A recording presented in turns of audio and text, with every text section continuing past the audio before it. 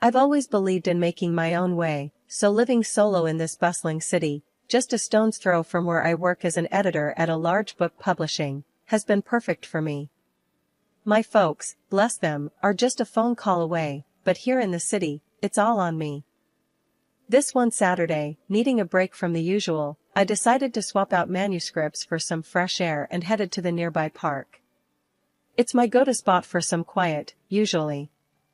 I was lost in thought, maybe more than I should have been, because I didn't see the bike path up ahead. "Watch out." That was the first thing he said to me. I jumped back, just in time as this guy on a bicycle screeched to a halt right where I would have been a second later. "Jesus, lady, you trying to get yourself killed?" he snapped, catching his breath. He was clearly annoyed but also seemed relieved that he hadn't hit me. "I'm so sorry, I wasn't looking. Are you okay?" I stammered, feeling like a complete fool. "Yeah, I'm fine. No thanks to you, though. You gotta watch where you're going." His tone was harsh, but his concern seemed genuine. I know. I just zoned out. "Thanks for stopping in time," I replied, feeling my cheeks heat up. He ran a hand through his hair, looking a bit calmer. "Alright, no harm done, I guess. But maybe keep off the bike lane, huh?" "Deal," I said, managing a small smile. "I'm Jenna, by the way." "Tom," he said, offering a hand, which I shook. "So, Jenna, always this distracted, or is it just my lucky day?" "Only on Saturdays," I quipped back, feeling a bit more at ease. We both laughed, and somehow, that awkward start turned into coffee at the nearby cafe. Turns out, Tom worked at a car sales company. He was straightforward, kind of blunt, but funny. We talked about everything, from books, which he admitted he didn't read much of, to cars, which I knew nothing about. It was easy, simple conversation, the kind where you suddenly realize hours have passed.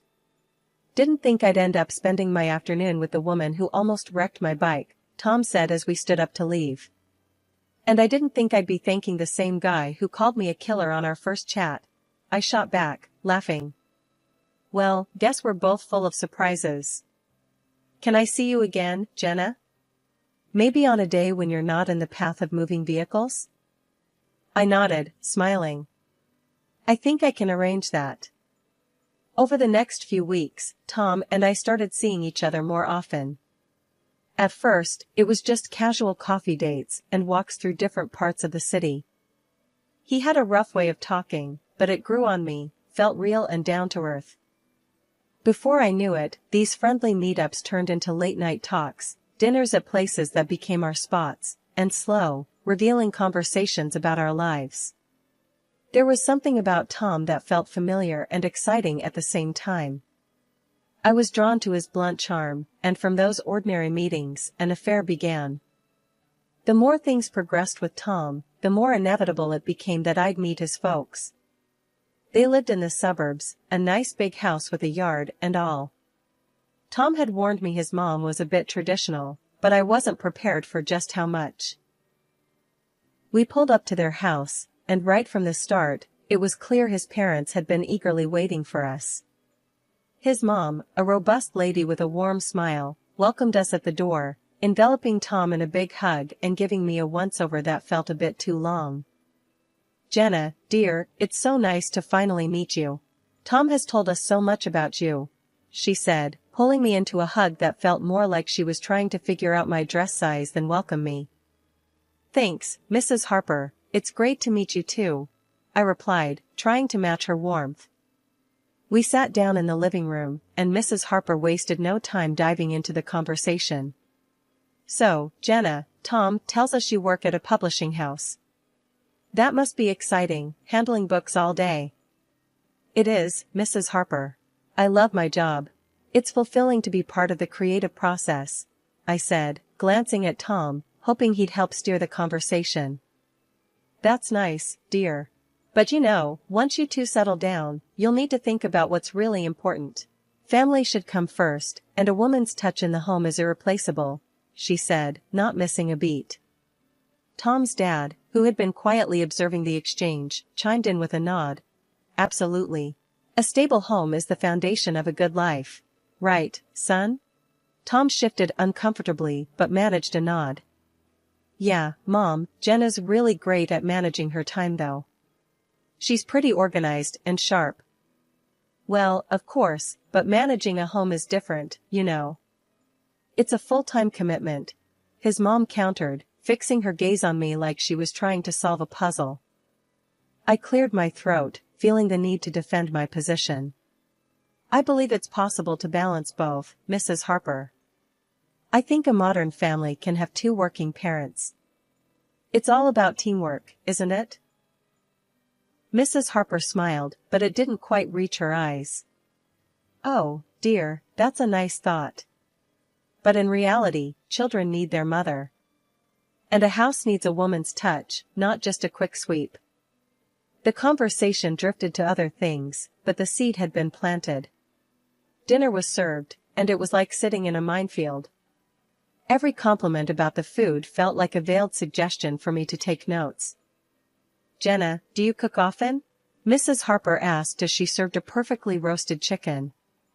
Sometimes, when I can. Work keeps me pretty busy, I replied, trying to keep it light. Ah, well, you'll find great satisfaction in keeping your family fed and your house in order.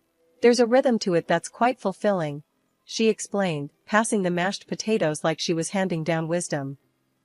Tom kicked me under the table lightly, a silent signal to not get riled up. I just smiled, sipping my wine a bit more than usual, thinking about how this dinner was more an interview than a meal. Tom and I decided to tie the knot after a year of dating. Despite the reservations I had from meeting his parents, love, as they say, makes you hopeful. We planned a modest wedding, just close family and friends, nothing fancy, just how we both wanted it, or so I thought. The wedding day was a blur of smiles, flowers, and a small crowd of well-wishers at a local community hall we'd booked. It was quaint, draped in simple decorations, and there was an air of excitement, or maybe that was just my nerves. The ceremony was short and sweet. We exchanged vows, rings, and a kiss that sealed the deal. Everyone clapped, and it felt right, at that moment at least. At the reception, while we were munching on finger food, Tom leaned over and said, "So, I was thinking about our next steps, about moving into a bigger place." I nodded, munching on a celery stick. Sure, we talked about needing more space. What did you find? There's this great apartment, bigger and really nice.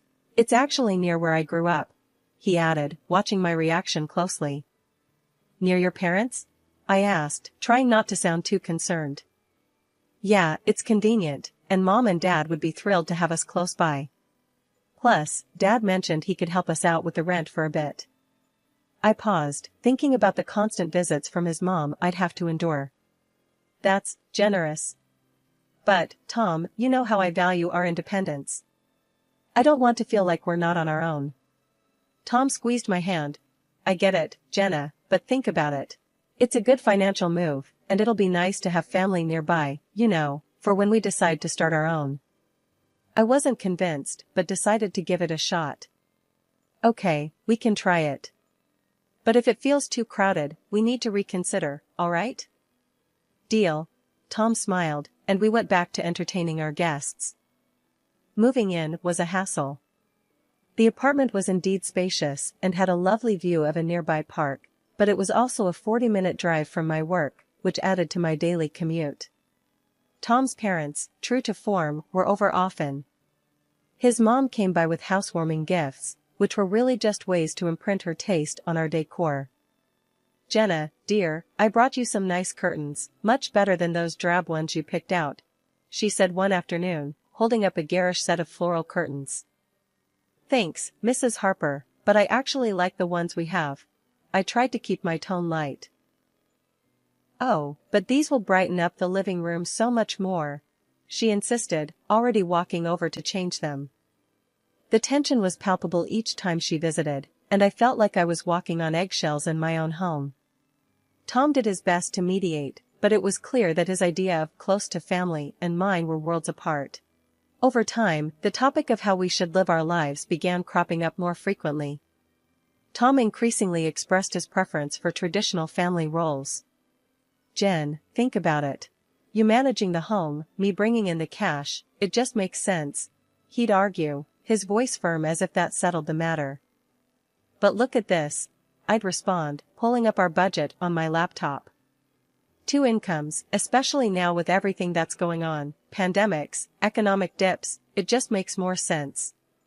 We're more secure this way." Tom would shake his head, clearly frustrated. "That's not how a family should work. It's not just about money, Jenna. But it is about stability, Tom.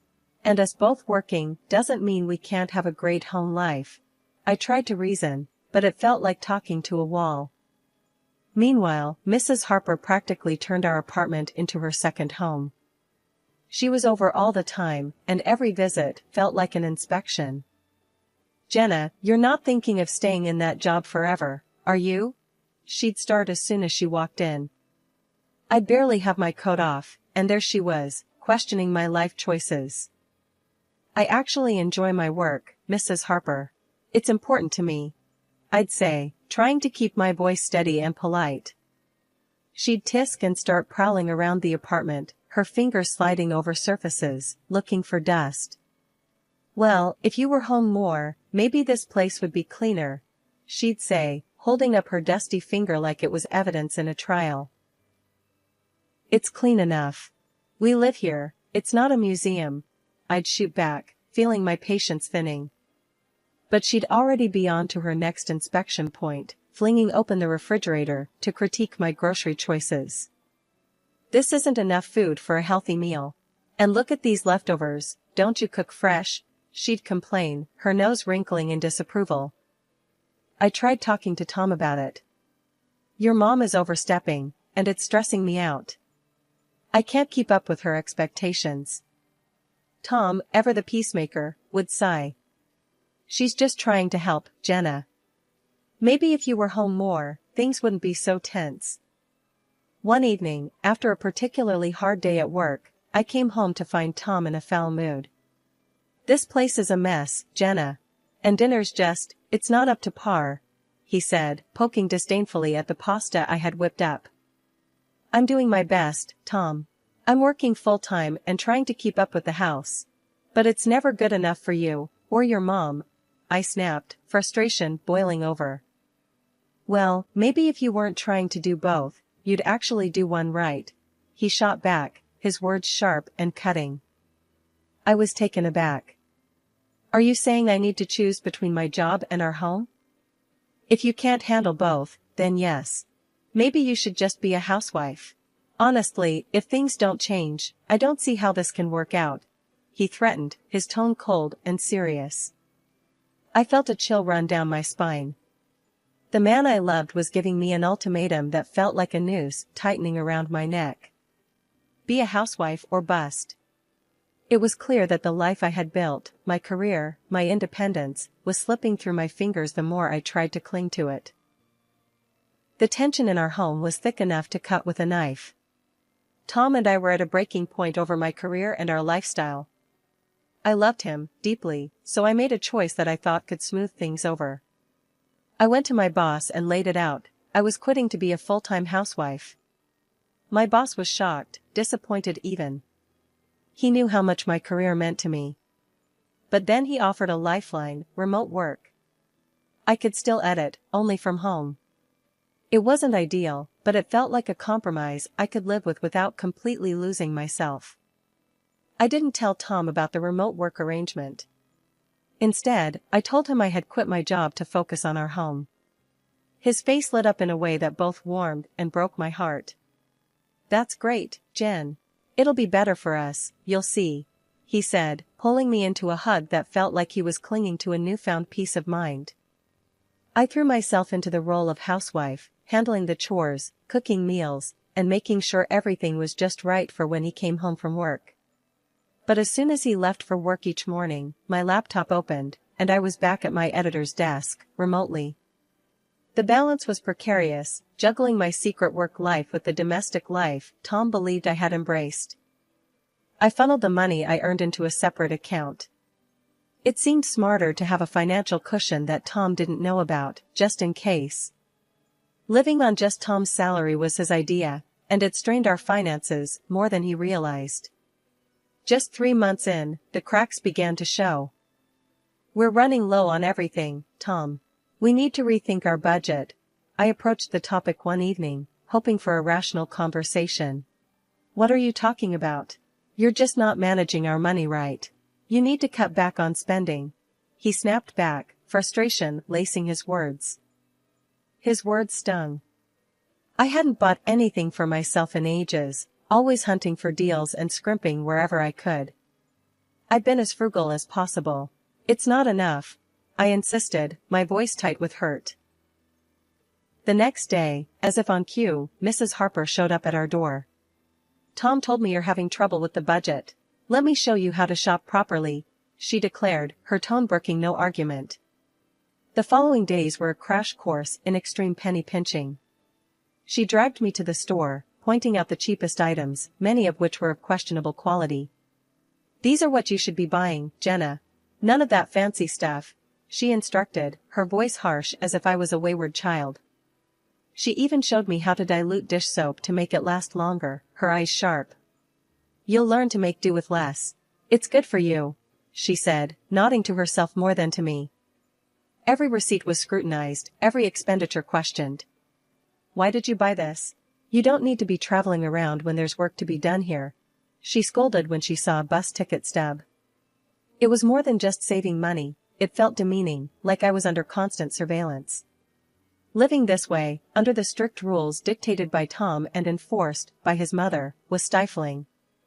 One afternoon, I locked myself in the bedroom and called my mom.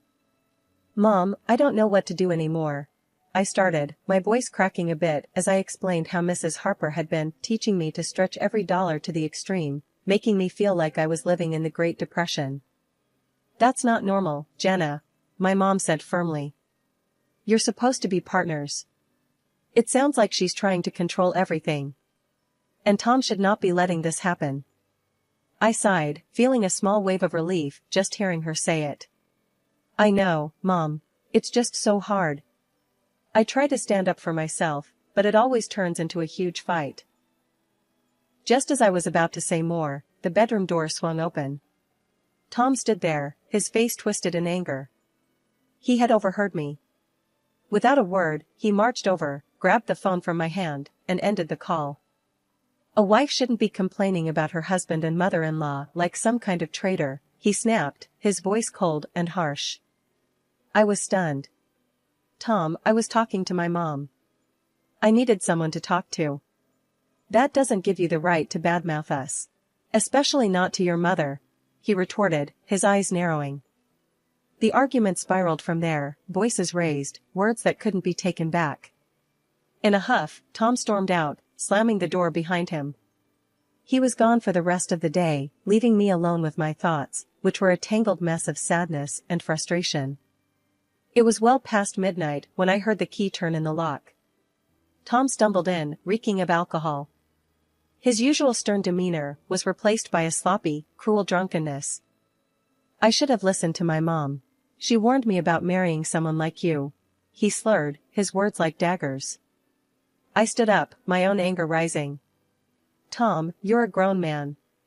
Stop letting your mother run our lives. You don't need her approval for every little thing." That seemed to set him off even more. "If you're so unhappy, why don't you just leave?" he yelled, stepping close, his voice booming in the confined space of our apartment. "It's 3 a.m., Tom. It's not safe," I replied, trying to reason with him even as my voice shook. "I don't care. Get out," he shouted, not even looking at me. I hesitated only for a moment before I started to pack the essentials, my phone, some clothes. When I went to grab my wallet, Tom snatched it from my hands. "I earned this money, Jenna. You have no right to it," he said, venom in his tone. Panic surged through me, but then I remembered my own account, my secret safety net. I called a taxi and left without looking back, Tom's angry shouts fading behind me as I closed the door. I found a temporary shelter in a nearby hotel. The morning after leaving Tom, I was up early, my mind racing with all that needed to be done. The first stop was a lawyer's office. It was a small, unassuming place, but the lawyer, Mr. Edwards, was sharp and kind. He listened as I laid out everything that had happened, nodding in understanding. "We'll get the divorce papers drawn up right away. You have rights, Jenna, and we'll make sure you're protected," Mr. Edwards assured me, his voice firm and confident. Armed with my newly drafted divorce papers, I returned to the apartment where Tom and I had lived. The place was silent, the remnants of last night's chaos evident in the strewn bottles and Tom's snoring form on the couch. He hadn't even made it to the bedroom. I began packing my things quickly, stuffing clothes, books, and personal items into boxes and bags. The reality of leaving this chapter behind felt both liberating and heavy. As I zipped up the last suitcase, Tom stirred on the couch. "Jenna? Hey, can you grab me a beer?" he mumbled, still half asleep, not even noticing the suitcases. Instead of a beer, I placed the divorce papers on the coffee table in front of him. "Here's what I can give you," I said, my voice steady. Tom blinked, slowly coming to. He picked up the papers, scanning them, a smirk appearing on his face. "What's this? You're serious? Come on, Jen. You'll come back. Just say sorry to me and my mom, promise to follow the rules, and we can forget all this." I couldn't help but laugh, a short, bitter sound. "No, Tom. I'm not coming back. Not now, not ever. This is goodbye." I left the apartment, the door closing behind me with a click that sounded like the locking of my past. I moved into a rented apartment that afternoon, a small place, but mine alone. Returning to work full-time at the office felt like stepping back into a world where I was in control. The familiar buzz of the office, the clack of keyboards, and the scent of coffee brewing, everything reminded me why I loved my job. I also reconnected with my friends and my parents, rebuilding the bridges that had been strained during my turbulent marriage. Catching up over long dinners and weekend brunches, I shared laughs and stories, feeling the strength of these relationships that had weathered so much. One late afternoon, as I was wrapping up a manuscript, my phone buzzed. Glancing at the screen, I saw a name I hadn't expected, Claire, a close friend from the city who had been my sounding board through the worst of times. "Hey Claire, what's up?" I answered, smiling as I heard her enthusiastic voice. "Jenna, I'm so glad I caught you. Listen, a few of us are getting together this weekend at that new cafe downtown. You have to come. It's been ages, and everyone's dying to see you." The cafe meetup turned out to be just what I needed. Laughter, updates, and a gentle nudge back into the social world.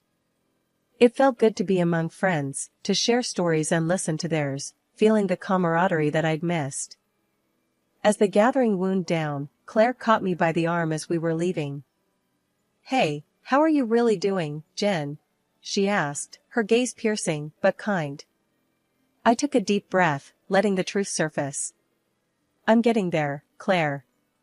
It's been tough, but I think I'm finally moving forward for real." A few months into my new old life, my phone rang while I was reviewing a particularly challenging manuscript. The screen flashed Tom's name. Taking a deep breath, I answered, my voice cool and collected. "Jenna, hey, I need to talk to you." Tom's voice came through, hesitant and a bit desperate. "What is it, Tom?" I asked, not really in the mood for pleasantries. "Well, I got fired," he blurted out. "And things are tight. I was wondering." "You need money." I finished for him, not surprised by the turn of the conversation. "Yeah. And, well, I was thinking maybe we could start over, you know? If you apologize to my mom and me, and we could try again, you could take care of us." His voice was hopeful, almost pleading. I couldn't help it, I burst into laughter. The idea was so ludicrous it took me a moment to gather myself. "Tom, you're joking, right? You want me to apologize, support you, and come back to all that mess? You've ditched your principles pretty fast, haven't you?" There was a silence on the other end. So, is that a no? Yes, Tom, that's a no. A big one, I replied, still chuckling at the absurdity. I'm doing well, really well actually, and I'm not about to give up my freedom and happiness for another round of whatever that was. Hanging up, I shook my head in disbelief. The call was a stark reminder of how far I had come and how much I had changed. I was free, truly free, and it felt liberating. I turned back to my manuscript, a smile playing on my lips. The idea of jumping back into a relationship wasn't appealing at the moment. I was enjoying my independence too much, savoring the peace that came with it.